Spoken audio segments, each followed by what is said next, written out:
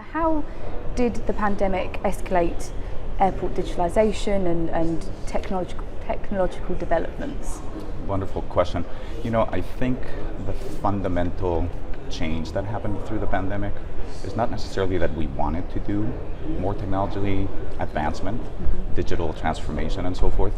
It's the pace by which we had to actually take action. I think pre-pandemic we were relatively comfortable, book a business of about maybe 100 projects or so, very methodical, sort of waterfall, go get it funded, make sure that you can execute it. And then pandemic hits, all the reality goes sideways. We had to, for financial reasons, have to reduce that footprint of the investments and very quickly emerge into a set of new investments associated with contactless and making sure that we've got health experiences that we're going to be able to facilitate the traveler journey differently. So we recognize that pivoting, agility, and speed were going to be kind of the new mode, the new common denominator. I'll tell you one more thing. In IT, I think in technology development in general, has been historically changing and reinventing itself, which I think that was germane to a lot of the culture that we had, and in a global market or in a global industry that doesn't change all that much, they found a certain reliance on technologists are kind of up to the task and are able through technology and digital transformation be able to match this challenge. Absolutely, and I guess spanning off from that question, what are some lessons learned from the pandemic? I think I would go back to those concepts of agility and speed and being able to try new things and not necessarily have to be entirely sure of those outcomes, and have shorter life cycle of projects, make sure that things are more iterative, make sure that you stay dynamic and not take huge assumptions about, sometimes the forecasts are 30 and 40 years out in the future, and that those that planning has to actually be reined into more immediate, more reactive type of activity. That would, I think, while we've had it in technology development for a long time, I think that the business climate has kind of lived up to that reality of what are you sure of and how do you make sure that you're not making bad assumptions. Very well put, exactly. And how are passenger expectations have shifted, they've changed, they've adapted, but how can these expectations be met through the use of technology and digitalisation?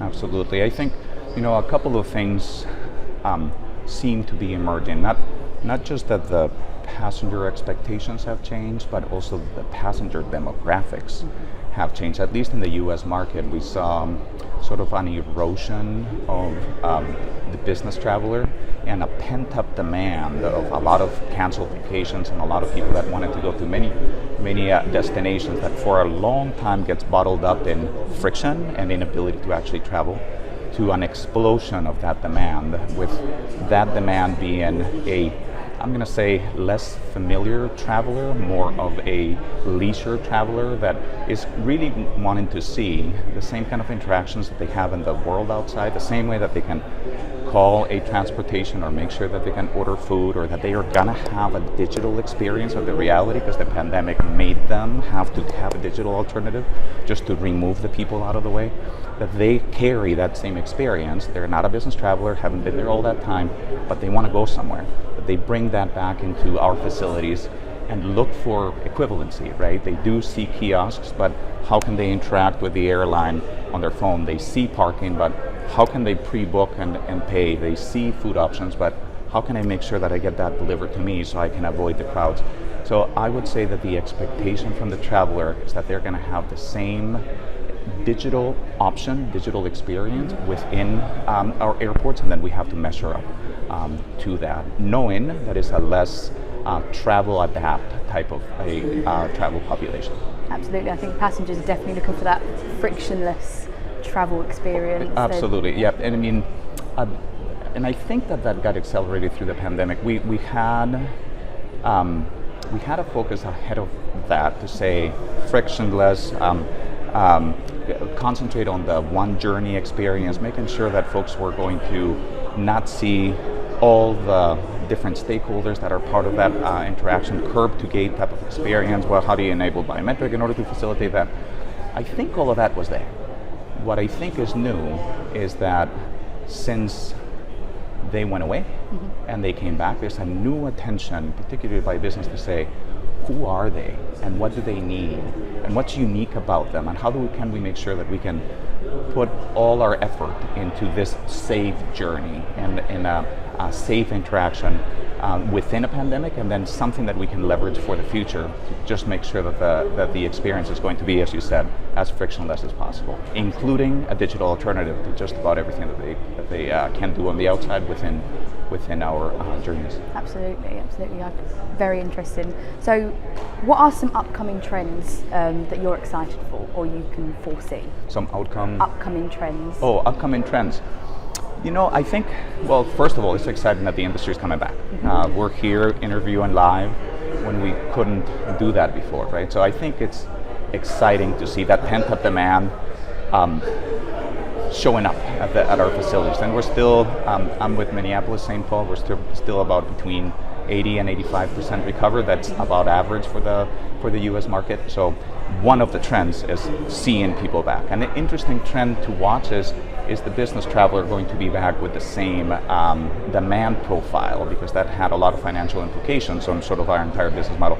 So that's a trend from the business side that you look and say, is that going to change the models that the airlines have? And is that going to change the type of demand and the type of services that you're going to offer? Is there going to be less clubs and more of a food court, or do we have to find a different mix? Super excited about the trend of how folks are coming back. I think from a pure technology lens, the ability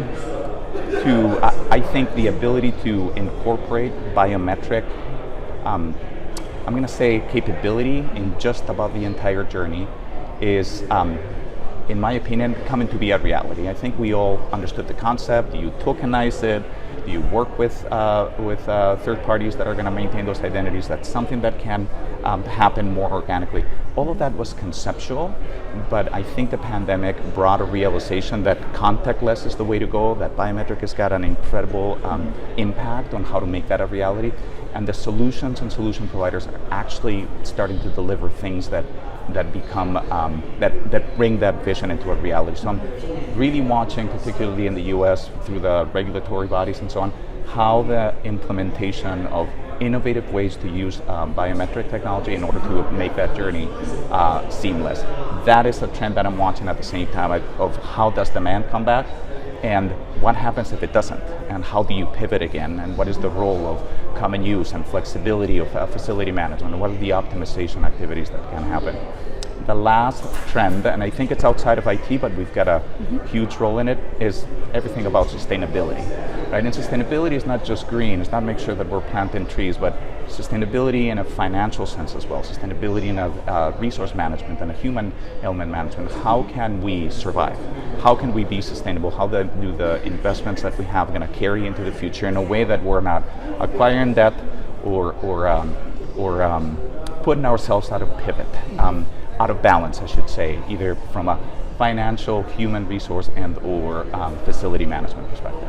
Absolutely, and maybe what are some challenges that you fear? Yes, I think that there's two, at least selfishly from a technology delivery perspective, two main challenges. One of them, and I would say that this, sometimes people ask you what keeps you up at night. One of them is around delivery. The demand for technology support services, at least in the US and what I'm seeing within our facility, is off the charts. The ability to deliver becomes more and more key to sustained business growth. At this point, I believe I looked this morning, I had 129 projects on the portfolio, right? We're doing a round of investment next year in which we have to ask all our business units, what do they want to do from the technology delivery? We have millions of demand that we may have difficulty delivering, particularly because the second challenge is where do you find the talent and the human capital in order to meet that demand? So I would say the biggest challenge is sort of the balance between the immense demand there is from a business community that has seen technology being able to deliver, and our ability to actually prioritize and meet that demand given the difficulty and challenges of the talent market. That imbalance keeps me up at night. I see it as a concern. I'm not concerned about solutions being able to keep up with the pace, making sure that innovation is going to happen either from a vendor community or internally.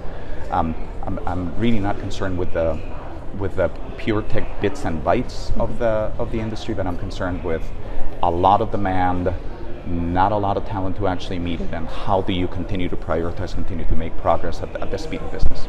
Absolutely. And following on, and my final question is, what is your outlook for the future of aviation? Outlook for the future of aviation, the global industry, right?